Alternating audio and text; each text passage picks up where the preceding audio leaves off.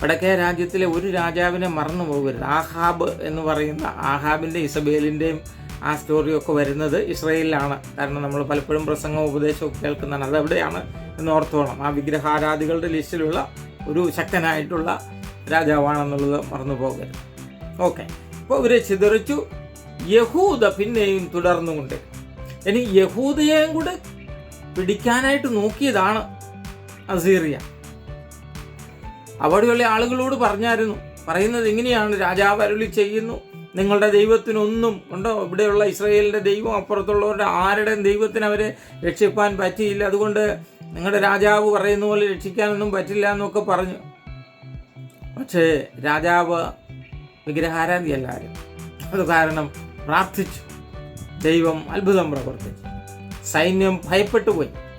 കാരണം ഇവരുടെ പട ഉണ്ടായിരുന്ന ക്യാമ്പിൽ ദൈവദൂതനാൽ ഒക്കെയുള്ള ചില പരിപാടികളൊക്കെ ചെയ്തൊക്കെ വായിച്ച് മനസ്സിലാക്കണം. അതുകൊണ്ട് സൈന്യമൊക്കെ അവിടുന്ന് പോയി, രാജാവും ചക്രവർത്തിയൊക്കെ അവിടുന്ന് പോയി. അദ്ദേഹം അവിടെ ചെന്ന് കഴിഞ്ഞപ്പോൾ അദ്ദേഹത്തിൻ്റെ മക്കൾ തന്നെ അദ്ദേഹത്തെ കൊന്നുകളഞ്ഞു. അതാണ് അസീറിയൻ സാമ്രാജ്യത്തിൻ്റെ കാര്യം. ഇനി ഈ അശൂർ ഇതുപോലെ വലിയ സാമ്രാജ്യമായപ്പോൾ ദൈവത്തെ അറിയാനായിട്ട് ജീവനുള്ള ദൈവം ഇവിടുത്തെ ഈ എബ്രായരുടെ ദൈവമാണെന്നൊക്കെ വേണം മനസ്സിലാക്കാമായിരുന്നു. ദൈവം ഉപയോഗിച്ചതാണെന്ന് അവർ ചിന്തിച്ചില്ല. അല്ലെങ്കിൽ ചക്രവർത്തി, രാജാവ്, സൻഹരീബ് ഒന്നും അങ്ങനെ ചിന്തിച്ചില്ല. അവരവരുടെ ശക്തിയിലാണെന്നാണ് പറഞ്ഞത്. പക്ഷേ ദൈവത്തിൻ്റെ പദ്ധതിയായിരുന്നു. അതുകൊണ്ട് അദ്ദേഹം അവിടെ ചെന്ന് കഴിഞ്ഞപ്പോൾ അദ്ദേഹത്തെ കൊന്നുകളയുക ചെയ്ത മക്കളായിട്ട് ഞാൻ പറഞ്ഞില്ല. പിന്നെ സംഭവിച്ചത്, അവർ വീണ്ടും ദുഷ്ടതയിൽ പോയപ്പോൾ മറ്റൊരു പ്രവാചകനെയും കൂടി അയക്കുന്നു. നമ്മൾ കണ്ടു, ആദ്യത്തെ പ്രവാചകൻ യോന പ്രവാചകനാണ്. അപ്പോൾ യോന പ്രവാചകന്റെ അടുത്തായിട്ട് ഇതെല്ലാം കഴിഞ്ഞിട്ട് അയക്കുന്ന മറ്റൊരു പ്രവാചകനാണ് നഹൂം. യോന നഹൂം, അങ്ങനെ ഓർത്താൽ മതി, എളുപ്പമാണ്. അപ്പം നഹൂം ഇതുപോലെ ഒരു പ്രവചനം നടത്തി, ദുഷ്ടതയിൽ നിന്ന് തിരിച്ചു വരണമെന്ന് പറഞ്ഞു. അപ്പോൾ അവർ പറഞ്ഞു, ഞങ്ങൾക്ക് അങ്ങനെ ഭയപ്പെടേണ്ട കാര്യമൊന്നുമില്ല. ഞങ്ങൾക്ക് ഈ നിനവെ പട്ടണത്തിന് ബൃഹത്തായ ശക്തമായ മതിലുണ്ട്. അതുകൊണ്ട് ഞങ്ങളെ ആർക്കും ആക്രമിക്കാനൊന്നും പറ്റത്തില്ല. അവരുടെ മതിലിലാണ്. അന്നത്തെ എല്ലാ പട്ടണങ്ങളും മതിലിലാണല്ലോ. മതിൽ കൊണ്ട് ചുറ്റപ്പെട്ട ഗേറ്റും അങ്ങനെയാണ് അന്നത്തെ രീതി എന്ന് പറയുന്നത്. അപ്പോൾ നിനവെ പട്ടണത്തെ പിടിച്ചടക്കാനായിട്ട് ഒരു ചക്രവർത്തിക്കും ഒരു ശക്തിക്കും കഴിയില്ല. അതുകൊണ്ട് അവരവരുടെ മതിലിൽ ആശ്രയിച്ചു പോവുക. എന്താ സംഭവിച്ചതെന്നറിയാമോ? അവർ നന്നാകാൻ റെഡിയായില്ല. അവരുടെ ദുഷ്ടത വിട്ടുപിരിഞ്ഞില്ല. അതുകൊണ്ട് ദൈവം ടൈഗ്രീസ് നദിയിൽ ഒരു ജലപ്രളയമുണ്ട്. ആ ജലപ്രളയത്തിൽ നിനവെ പട്ടണത്തിൻ്റെ മതിലുകൾ തകർന്നുപോയി. അവിടെ അവരുടെ ശക്തി അവസാനിക്കുകയാണ്. മറ്റൊരു സാമ്രാജ്യം, ദൈവത്തിൻ്റെ പദ്ധതി പ്രകാരം മറ്റൊരു സാമ്രാജ്യം ഉടലെടുക്കുകയാണ് ചെയ്യുന്നത്. ദൈവം ഉപയോഗിച്ചതായ ഒരു വിജാതീയ സാമ്രാജ്യ ശക്തി, ചക്രവർത്തിമാർ. അവർക്ക് ദൈവത്തെ അറിയാനുള്ള സാഹചര്യമുണ്ടായിരുന്നു. അത് അവർ കാര്യമായി എടുത്തില്ല. അവരിൽ ആശ്രയിച്ചു, അവരുടെ മതിലിൽ ആശ്രയിച്ചു, അവരുടെ സൈന്യത്തിൽ ആശ്രയിച്ചു. അതുകൊണ്ട് പിന്നീട് ദൈവം അവരെ വെട്ടിക്കളഞ്ഞു എന്ന് വേണമെങ്കിൽ പറയാം, അല്ലെങ്കിൽ ഇൻഡു മാർക്കിട്ടു. ഓക്കെ, നിങ്ങളുടെ പ്രോഗ്രാം അവസാനിച്ചിരിക്കുന്നു എന്ന് ഓർക്കുക. അടുത്ത സാമ്രാജ്യം അപ്പോൾ ഇസ്രായേലേ ആയിട്ടുള്ളൂ. തെക്കേ രാജ്യത്തെ ശിക്ഷിക്കാൻ വേണ്ടി ദൈവം ഉപയോഗിക്കുന്ന അടുത്ത സാമ്രാജ്യമാണ് ബാബേൽ സാമ്രാജ്യം. പരിചയമുണ്ട് ബാബേൽ സാമ്രാജ്യം, നെബൂഖദ്നേസർ എന്ന് പറയുന്നതൊക്കെ നമുക്കറിയാവുന്ന കാര്യം. ദാനിയേലിന്റെ പുസ്തകത്തിലൊക്കെ അതിനെക്കുറിച്ചുള്ള കുറച്ച് വിശദീകരണങ്ങളും ഉണ്ടല്ലോ. അപ്പോൾ ഈ ബാബേൽ സാമ്രാജ്യമാണ് അശൂർ സാമ്രാജ്യത്തെ കീഴടക്കുന്നത്. നെബൂഖദ്നേസറിന്റെ അപ്പനാണ് എന്ന് പറയപ്പെടും. അങ്ങനെ പിടിച്ചടക്കി. അങ്ങനെ അവർ ശക്തിമത്തായിട്ടൊരു വലിയ സാമ്രാജ്യമായിട്ടിരിക്കുമ്പോഴാണ് ഈ യഹൂദ നിലനിൽക്കുന്ന, ഞാൻ പറഞ്ഞില്ല, ഏതാണ്ട് 136 വർഷത്തോളം ഉണ്ട്. അപ്പൊ അവിടെയും പ്രവാചകന്മാർ കൂടുതൽ സംസാരിച്ചുകൊണ്ടിരുന്നു.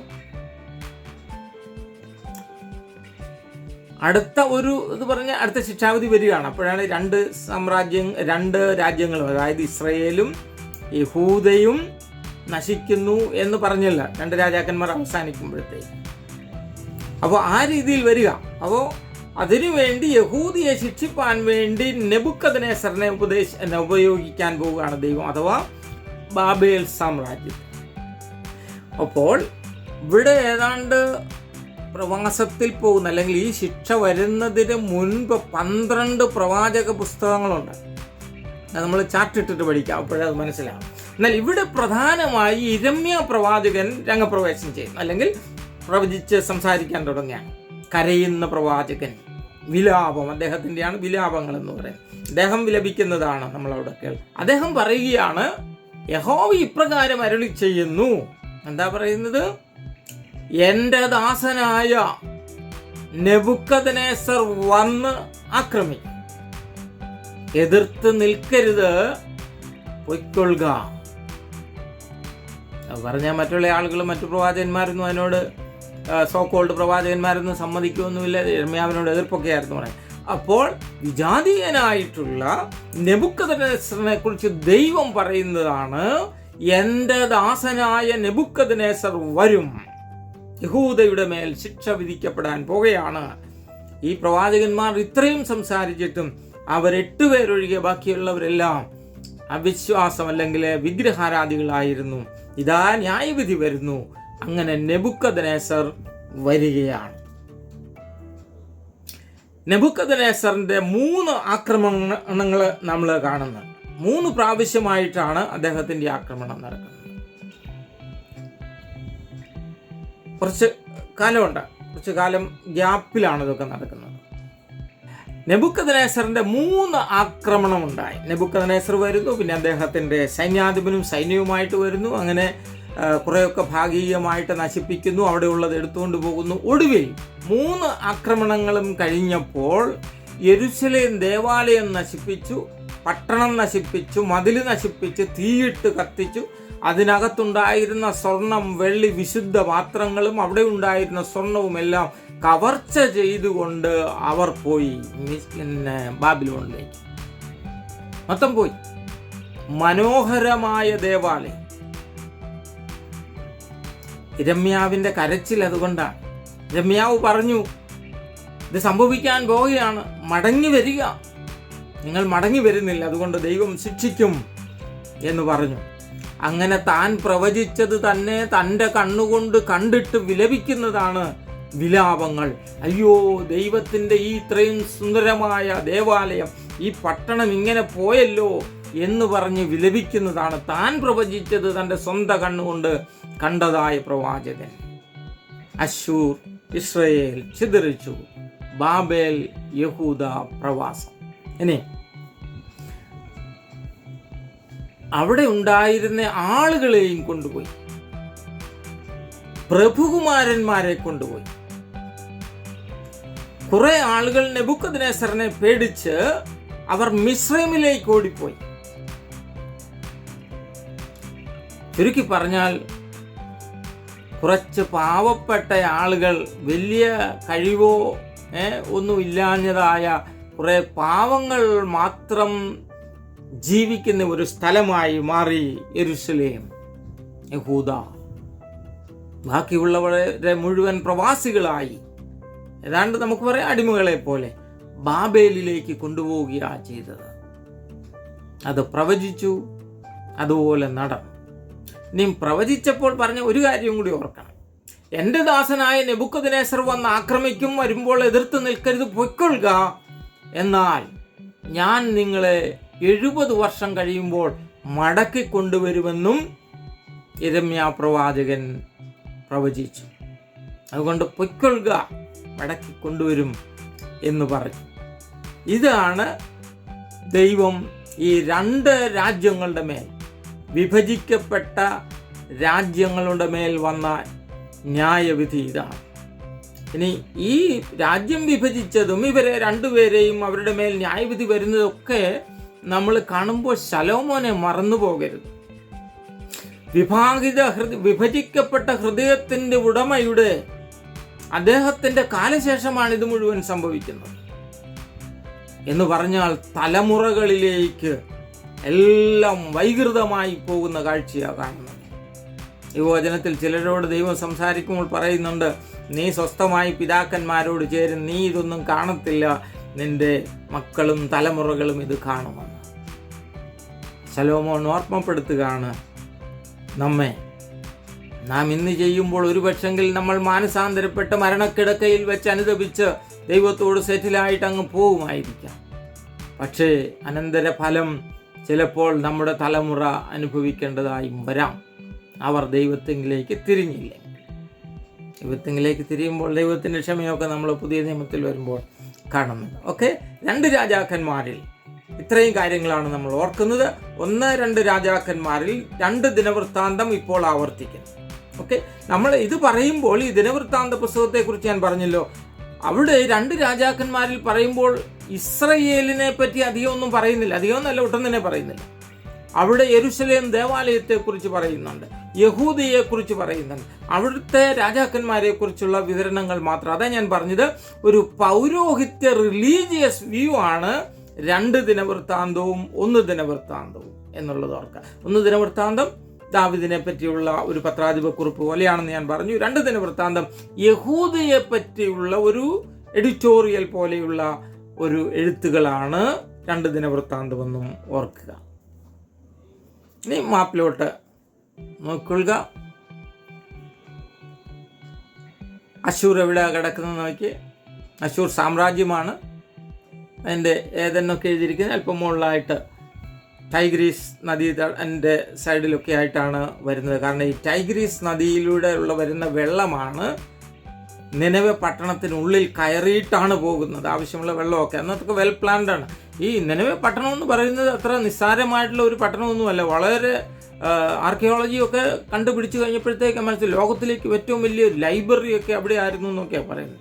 എൻ്റെ അവശിഷ്ടങ്ങളൊക്കെ കണ്ടിട്ട് അങ്ങനെയൊക്കെ പിന്നീട് ഇങ്ങനെ ഓരോന്ന് കണ്ടുപിടിക്കുമ്പോഴാണ് നമ്മുടെ വേദപുസ്തകത്തിലെ ചില കാര്യങ്ങൾ എത്തിസ്റ്റായിട്ടൊക്കെ ഉള്ളവരൊക്കെ വെല്ലുവിളിച്ചതായ പല കാര്യങ്ങളും നൂറ്റാണ്ടുകൾ കഴിഞ്ഞിട്ട് കണ്ടുപിടുത്തങ്ങളിലൂടെ മനസ്സിലാക്കിയിട്ടാണ് പറയുന്നത് ഈ വേദപുസ്തകത്തിൽ പറഞ്ഞിരിക്കുന്നത് സത്യമാണ് എന്നുള്ളത്. അതിനകത്ത് ഒന്നും വിഷമിക്കേണ്ട കാര്യമില്ല എന്നൊക്കെ പറയും. നോക്കുക, അപ്പോൾ അശൂര് ഇസ്രയേലിനെ ആക്രമിച്ച് കൊണ്ടുപോവുകയാണ്, അവരെ ചിതറിച്ച് കളയുന്നു.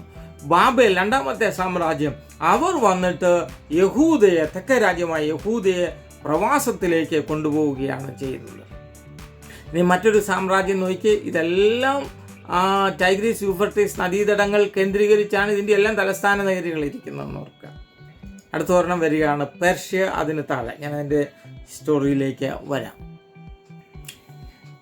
70 വർഷം പ്രവാസത്തിലായിരിക്കുമെന്ന് ദൈവം യിരെമ്യാ പ്രവാചകനിലൂടെ പറഞ്ഞു. എന്തുകൊണ്ടാണ് 70 വർഷം വന്നത്? അതിനൊരു കാരണമുണ്ട്. ദിനവൃത്താന്തത്തിൻ്റെ 36-ാം അധ്യായത്തിൽ പറയുകയാണ്, എൻ്റെ 20-ാമത്തെ വാക്യം. അത് തുടർന്ന് എസ്രായിലോട്ട് വരുന്നുണ്ട്, ചേഞ്ച് ചെയ്ത് പോകുന്നതാണ്. അത് ഒരു വാക്യം മാത്രം എടുക്കുക. 21. യിരെമ്യാ മുഖാന്തരമുണ്ടായി യഹോവയുടെ വചനം നിവർത്തിയാകേണ്ടതിന് ദേശം അതിൻ്റെ ശബത്തുകളെ അനുഭവിച്ചു കഴിയുവോളം തന്നെ 70 സംവത്സരം തികയുവോളം അത് ശൂന്യമായി കിടന്ന കാലമൊക്കെയും ശബത്ത് അനുഭവിച്ചു.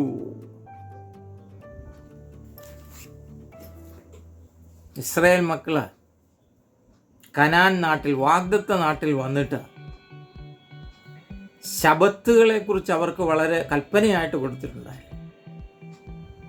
അപ്പം ഈ നിലത്തിന് ശബത്ത് വേണമായിരുന്നു, അതൊന്നും അവർ നോക്കിയിട്ടില്ല.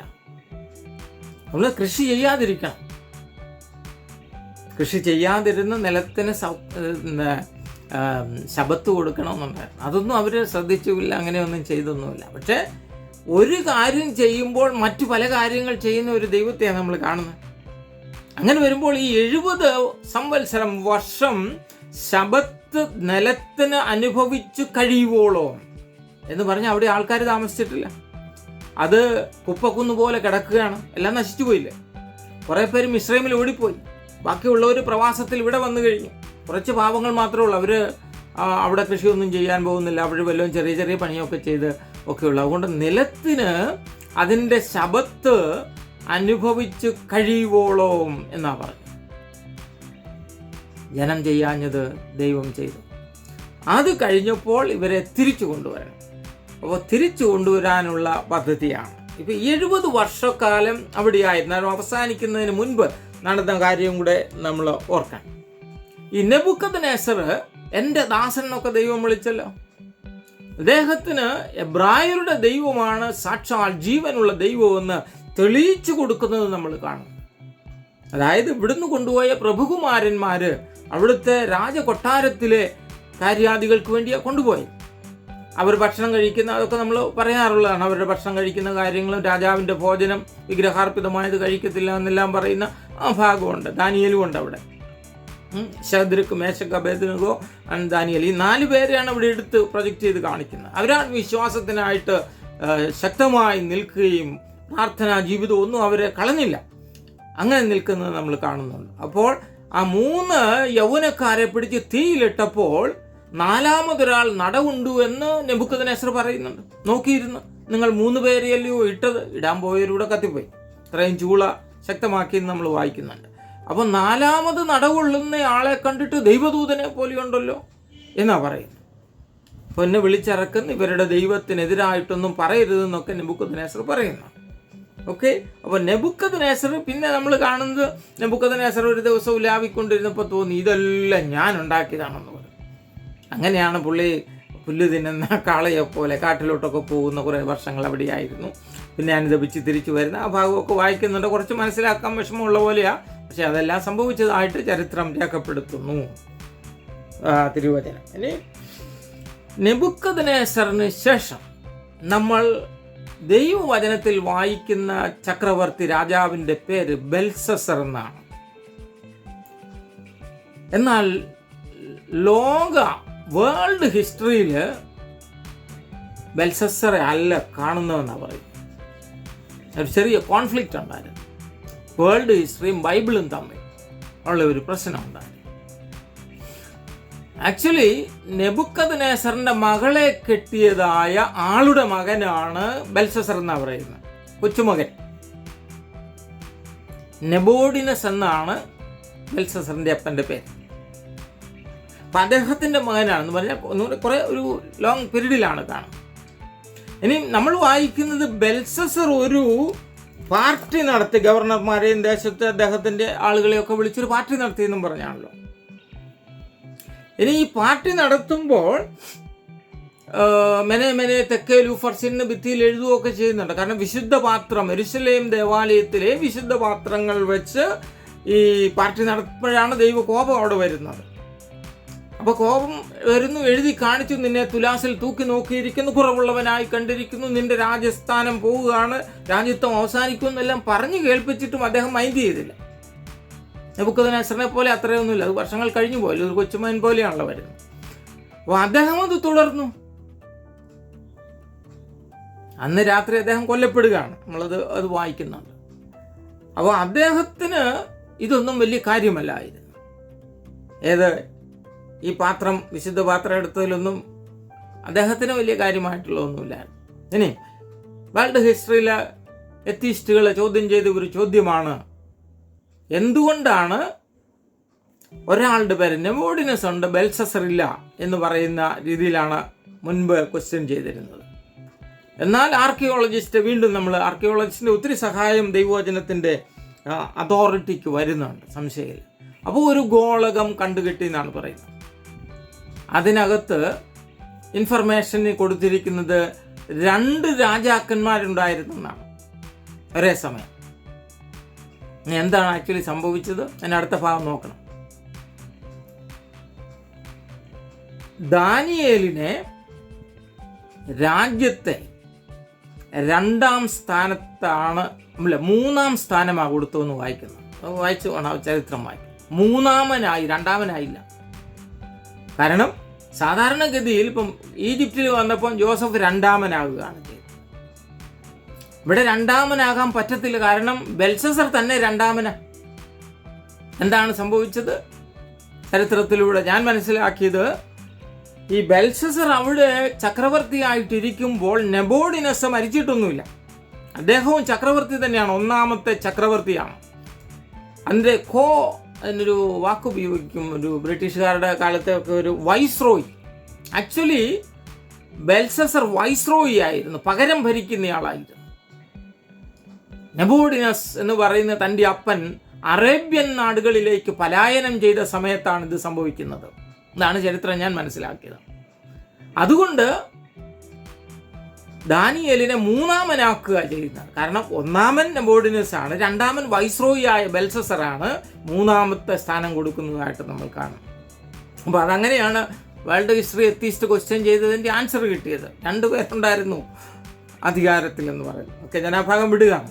അപ്പോൾ ഈ പ്രോഗ്രാം നടക്കുമ്പോൾ ദൈവത്തിൻ്റെ പ്രവചനം പൂർത്തീകരിക്കണം. 70 വർഷമാകുമ്പോൾ തിരിച്ചു വരികയും ചെയ്യണം.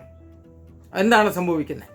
ഈ മധ്യ പാർട്ടി നടക്കുമ്പോൾ മേദ്യ പാർസ്യ രാജാക്കന്മാരുടെ സൈന്യം ഒരുമിച്ച് ബാബേൽ പട്ടണത്തിന് പുറത്ത് വന്നു കഴിഞ്ഞു. ശ്രദ്ധിച്ച് കേൾക്കണേ, എല്ലാം വേദപുസ്തകത്തില്ല, ഞാൻ വേദപുസ്തകത്തിൽ നിന്നും അല്ലാത്ത ചരിത്രം എല്ലാം കൂടെ കൂട്ടിയാണ് പറയുന്നത്. അപ്പോൾ ഇവർ മദ്യലഹരിയിൽ എല്ലാവരും ആനന്ദിച്ചാറാടിയിരിക്കുമ്പോൾ മേദ്യപാർശ്യ രാജാക്കന്മാർ സംഘടിച്ച് അവരുടെ സൈന്യം പുറത്തു വന്ന് പിടിച്ചെടുക്കാൻ വേണ്ടിയാണ്, ബാബേലിനെ പിടിക്കാൻ വേണ്ടി വന്നിരിക്കുക. കാരണം ദൈവത്തിൻ്റെ പ്രവചനം നിവൃത്തിയാക്കുവാൻ സാമ്രാജ്യ ശക്തികളെയും പൊളിറ്റിക്സിനെയും ഉപയോഗിക്കുന്ന ഒരു ദൈവമെന്ന് ഞാൻ പറഞ്ഞല്ലോ, അതിവിടെ വരിക. ഇവർ പുറത്തു വന്നു. ഇനി ഇവിടെ നോക്കിയേ, ഈ യൂഫ്രട്ടീസ് നദി ബാബേൽ പട്ടണത്തിനുള്ളിലൂടെ കടന്നാണ്, വെള്ളം കൊടുത്തിട്ടാണ് പുറത്തേക്ക് പോകുന്നത്. ഈ സൈന്യം ചെയ്തതിനെ കുറിച്ച് അങ്ങനെയാണ് ഞാൻ മനസ്സിലാക്കിയിരിക്കുന്നത്. ഈ സൈന്യം പുറത്തു വന്നിട്ട് ഈ പട്ടണത്തിൽ ഉള്ളിലൂടെ കടന്നു പോകേണ്ട നദിയെ അവർ കനാല് വെട്ടി തിരിച്ചു വിട്ടു. അപ്പോൾ അവിടെ ഗ്യാപ്പ് വന്നു. ആ ഗ്യാപ്പിലൂടെ കയറാൻ പറ്റത്തില്ല, കാരണം അവിടെ വലിയ ഗേറ്റ് ഉണ്ട് വെള്ളത്തിൽ തന്നെ. എന്നാൽ മദ്യലഹരിയിലായിരുന്നതായ ഗേറ്റ് കീപ്പേഴ്സ് അന്ന് രാത്രി ഗേറ്റ് പൂട്ടിയില്ല, മറന്നുപോയി. അപ്പോൾ തുറന്നു കിടക്കുക. അപ്പോൾ യൂഫ്രട്ടീസ് നദിയിലെ വെള്ളം വേറെ കനാലി വെട്ടി വിട്ടിട്ട് അവിടെ വന്നതായ ഗ്യാപ്പിനുള്ളിലൂടെ സൈന്യമകത്ത് കയറി ബെൽസസർ അന്ന് രാത്രി കൊല്ലപ്പെട്ടു. കറക്റ്റ്. ദൈവത്തിൻ്റെ പ്രവചനം എങ്ങനെ നിവൃത്തിയാകുമെന്ന് നോക്കുക. അന്ന് രാത്രി ബെൽസസർ കൊല്ലപ്പെട്ടു. മേദ്യനായ ദാര്യാവേസ് ചക്രവർത്തിയായി അവരോധിക്കപ്പെട്ടു. അതാണ് എഴുതിയിരിക്കുന്നത്. ദൈവത്തിൻ്റെ കാര്യപരിപാടികൾ അങ്ങനെയാണ് നീങ്ങുന്നത്. എത്ര ഉറച്ചു നിന്നാൽ, എത്ര വലിയ മതിലാണെന്ന് പറഞ്ഞാൽ, ദൈവം പറഞ്ഞാൽ അതുപോലെ ശബത്ത് അനുഭവിച്ച് കഴിഞ്ഞിരിക്കുന്നു. 70 വർഷം തികയുന്നു.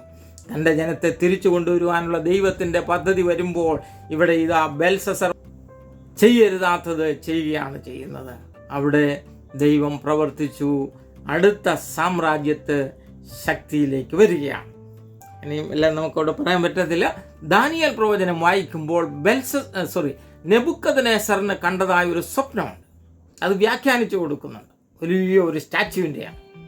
അപ്പോൾ തല സ്വർണം, പിന്നെ വെള്ളി, പിന്നെ താഴേക്ക് വരുമ്പോഴത്തേക്ക് ഇരുമ്പും കളിമണ്ണും എന്നൊക്കെ പറഞ്ഞിട്ടുള്ള അതാണ്. അത് വരാൻ പോകുന്ന സാമ്രാജ്യ ശക്തികളെക്കുറിച്ചുള്ള ഒരു പ്രവചനമായിരുന്നു. അതങ്ങനെയാണ് വിവരിച്ചു കൊടുത്തത്. അപ്പോൾ രാജാവിൻ്റെ ഇതാണ് ഇപ്പോൾ ഉള്ളത്, ബാബേൽ സാമ്രാജ്യം. ഇത് കഴിഞ്ഞ് വരാൻ പോകുന്നതായ സാമ്രാജ്യം 2 സാമ്രാജ്യങ്ങൾ ഒരുമിച്ചായിരിക്കും. അതിൽ ഒരു സാമ്രാജ്യം പ്രബലമാകും എന്നൊക്കെ പറഞ്ഞിട്ടുണ്ട്. അതനുസരിച്ച് തന്നെയാണ് അടുത്ത ചരിത്രം മുൻപോട്ട് പോകുന്നത്. അതുകൊണ്ടാണ് 2 രാജാക്കന്മാർ, 2 ശക്തികൾ എന്ന് പറഞ്ഞല്ലോ ദാനിയേൽ വ്യാഖ്യാനിച്ചു കൊടുക്കുമ്പോൾ. അത് ആ 2 ശക്തികളാണ് മേദ്യ പാർസ്യ സാമ്രാജ്യം. ഇതല്ല ഇറാഖ്, ഇറാൻ ആ ഭാഗത്താണ് കാണുന്നതല്ല.